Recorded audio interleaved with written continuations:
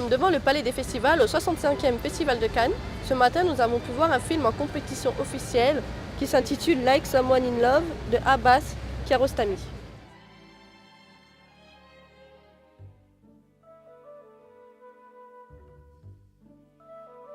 C'est une femme qui vit au Japon, qui est envoyée par son patron voir un vieil homme.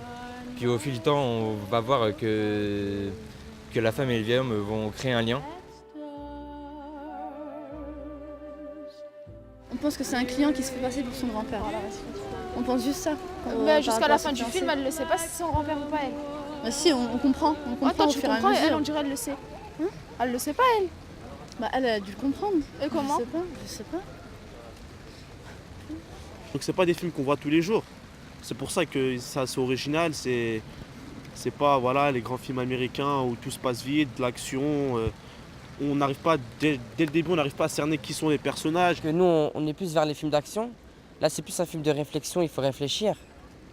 Où on communique beaucoup par les objets. Car tous les objets du décor, ils n'ont pas été mis à l'arrache. Ils ont tous été réfléchis et posés à un bon endroit.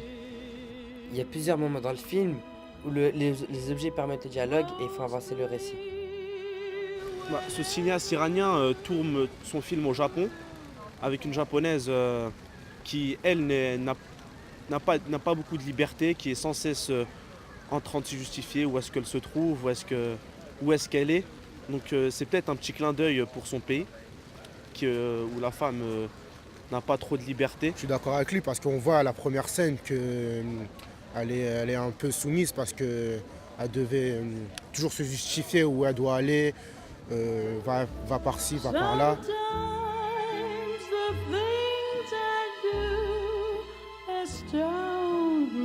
Ce film il est assez intéressant parce que quand on regarde ce film, on n'a pas vraiment l'impression que c'est un film, on a plus l'impression de lire un livre. Tout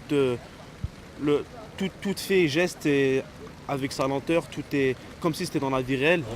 Je m'attendais à ce qu'ils me disent mais il n'est pas fini ton scénario, qu'est-ce que c'est que cette fin?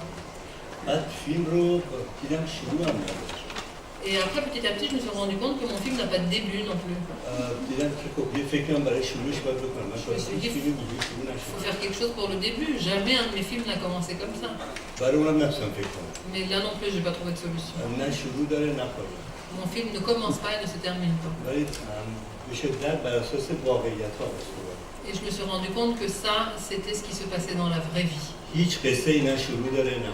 Aucune histoire n'a ni début ni fin. C'est intéressant, malgré que les scènes elles sont longues, au lieu d'aller directement droit au but, ils font beaucoup de choses qui ne servent pas forcément à quelque chose.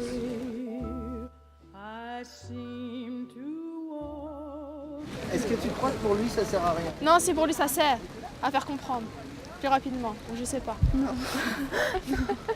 En fait, ça sert ou ça sert pas? Bon, en fait, ça sert sans servir. Parce que s'il a fait courte, on comprend, mais s'il a fait longue, on comprend aussi, sauf que ça dure plus longtemps.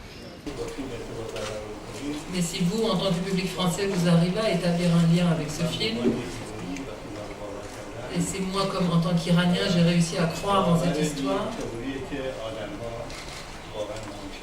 nous avons là la preuve que les êtres humains se ressemblent malgré toutes leurs différences.